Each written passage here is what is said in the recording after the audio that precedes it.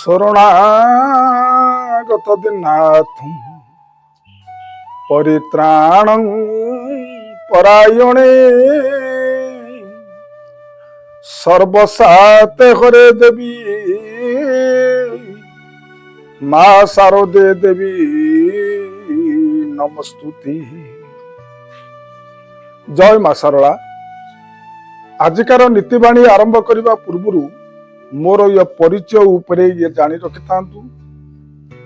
ମୁଁ ହେଉଛି ଜଣେ ସାଧାରଣ ଫିଲୋସଫର, ପ୍ରବଚକ ସୁରେଶ ମାହାଳି।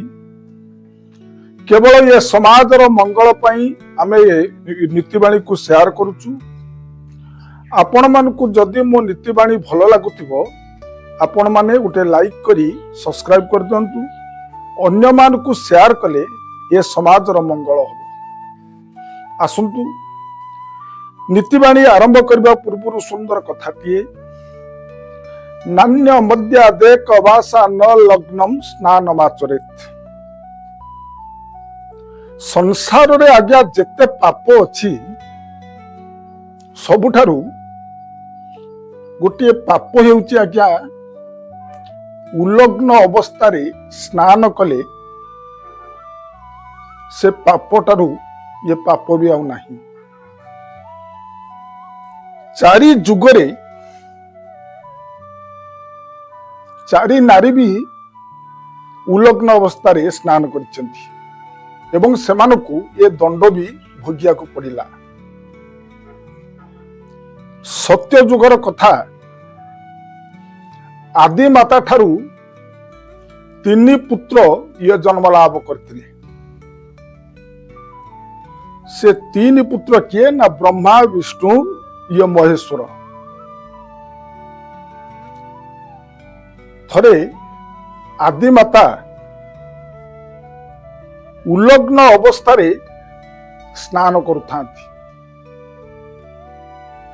ମନ ଆନନ୍ଦରେ ଉଠୁଛନ୍ତି ପଡୁଛନ୍ତି, ଉଠୁଛନ୍ତି ପଡୁଛନ୍ତି, ଉଠୁଛନ୍ତି ପଡୁଛନ୍ତି। ଗ୍ରୀଷ୍ମ ଦିନ ବି ହେଇଥାଏ। ଆଦି ମାତାକୁ ଭାରି ଆନନ୍ଦ ଲାଗୁଥାଏ। ସେଇ ଏ ପଥ ଦେଇ ବ୍ରହ୍ମା ଯାଉଥିଲେ। ବ୍ରହ୍ମା ଦେଖିଲେ ଜଣେ ନାରୀଟିଏ ଉଲଗ୍ନ ଅବସ୍ଥାରେ ସ୍ନାନ କରୁଛି। ଜଳ ଭିତରେ ଉଠୁଛି ପଡୁଛି, ଉଠୁଛି ପଡୁଛି। ବ୍ରହ୍ମା ଡାକ ପକେଇଲେ, ଇଏ କିଏ ରେ ତୁ? ଆରେ ଏ ଉଲଗ୍ନ ଅବସ୍ଥାରେ ଉଠୁଛୁ ପଡୁଛୁ, ଏହାଠାରୁ ଅପରାଧ ଆଉ କିଛି ନାହିଁ। କିଏ ତୁ? ବ୍ରହ୍ମା ଯେତେବେଳେ ଇଏ ପାଖ ହେଇଗଲେ ଦେଖିଲେ ଇଏ ନିଜ ମା। ବ୍ରହ୍ମା ଆଖିକି ବନ୍ଦ କରିଦେଇ ନିଜ ବାଟରେ ଇଏ ଚାଲିଗଲେ। ତା କିଛି ସମୟ ପରେ ସେଇ ଏ ପଥ ଦେଇ ବିଷ୍ଣୁ ଆସିଲେ। ବିଷ୍ଣୁ ମଧ୍ୟ ଦେଖିଲେ ଗୋଟିଏ ନାରୀ ଉଲଗ୍ନ ଅବସ୍ଥାରେ ଜଳ ଭିତରେ ଉଠୁଛି ପଡୁଛି, ଉଠୁଛି ପଡୁଛି। ବିଷ୍ଣୁ ପଚାରିଲେ, ଆରେ କିଏ? ଆରେ ଏ ଜଳ ଭିତରେ ଉଲଗ୍ନ ଅବସ୍ଥାରେ ଉଠୁଛୁ ପଡୁଛୁ, ଆରେ ୟାଠାରୁ ପାପ ଆଉ କିଛି ନାହିଁ। କିଏ ତୁ? ବିଷ୍ଣୁ ଦେଖିଲେ ନିଜ ମା ଆଦି ମାତା। ଆଖିକି ବନ୍ଦ କରିଦେଇ ବିଷ୍ଣୁ ତାଙ୍କ ବାଟରେ ଚାଲିଗଲେ। ତା କିଛି ସମୟ ପରେ ଶଙ୍କର ଭଗବାନ ଆସୁଥିଲେ। ଦେଖିଲେ ଗୋଟିଏ ନାରୀଟିଏ ଉଲଗ୍ନ ଅବସ୍ଥାରେ ଜଳ ମଧ୍ୟରେ ଉଠୁଛି ପଡୁଛି, ଉଠୁଛି ପଡୁଛି। ଶିବ ପଚାରିଲେ, ଆରେ ଇଏ କିଏ ତୁ? ଆରେ ଇଏ ଜଳ ମଧ୍ୟରେ ଉଲଗ୍ନ ଅବସ୍ଥାରେ ଉଠୁଛୁ ପଡୁଛୁ, ଉଠୁଛୁ ପଡୁଛୁ, ଏହାଠାରୁ ଇଏ ପାପ ନାହିଁ। କିଏ ତୁ?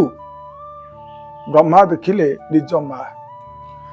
କିନ୍ତୁ ଶିବ ଦେଖିଲେ ନିଜ ମା।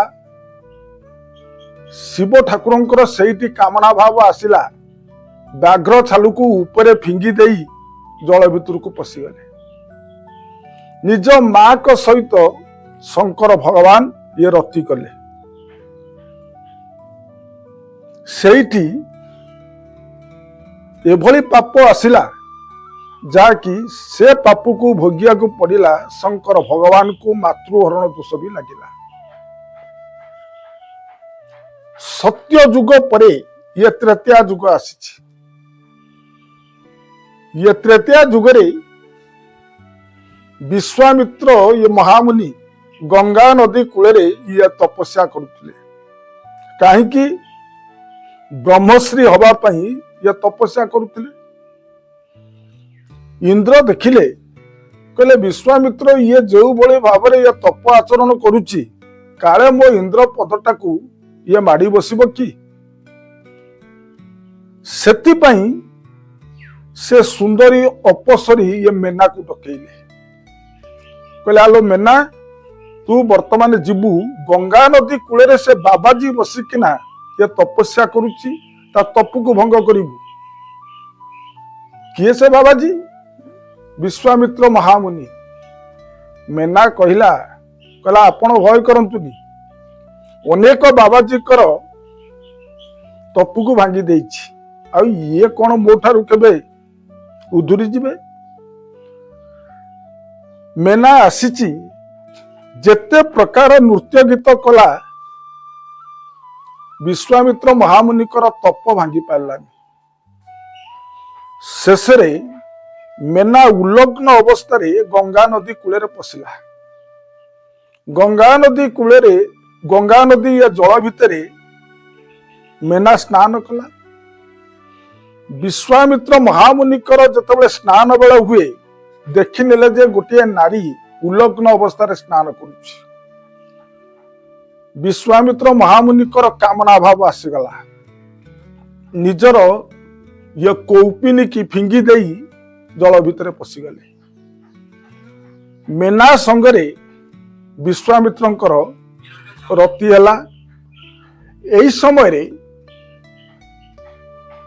मेना को गर्भरु गोटे झीलटीए जन्म होइतला तार ना होची शकुंतला। ये दंड शकुंतला को ही भोग करिया को ही ये पड़िला। तापरे ये द्वापर जुग आसिला। द्वापर जुगरे गोपी माने उल्लग्न अवस्था जमुना नदी रे स्नान करती। भगवान कृष्ण ये चिंता कले ये गोपालुनी मानकर भक्ति अच्छी सत किंतु एमानक पाखरे ज्ञानर अभाव। उल्लग्न अवस्था स्नान करछुंदी याठारु ये पाप किछि नाही। सेतिपई ताको वस्त्र को भगवान कृष्ण ये चोरी कले एवं शिक्षा देले आदि ठारू तमे उल्लग्न अवस्था स्नान करिवो नाही।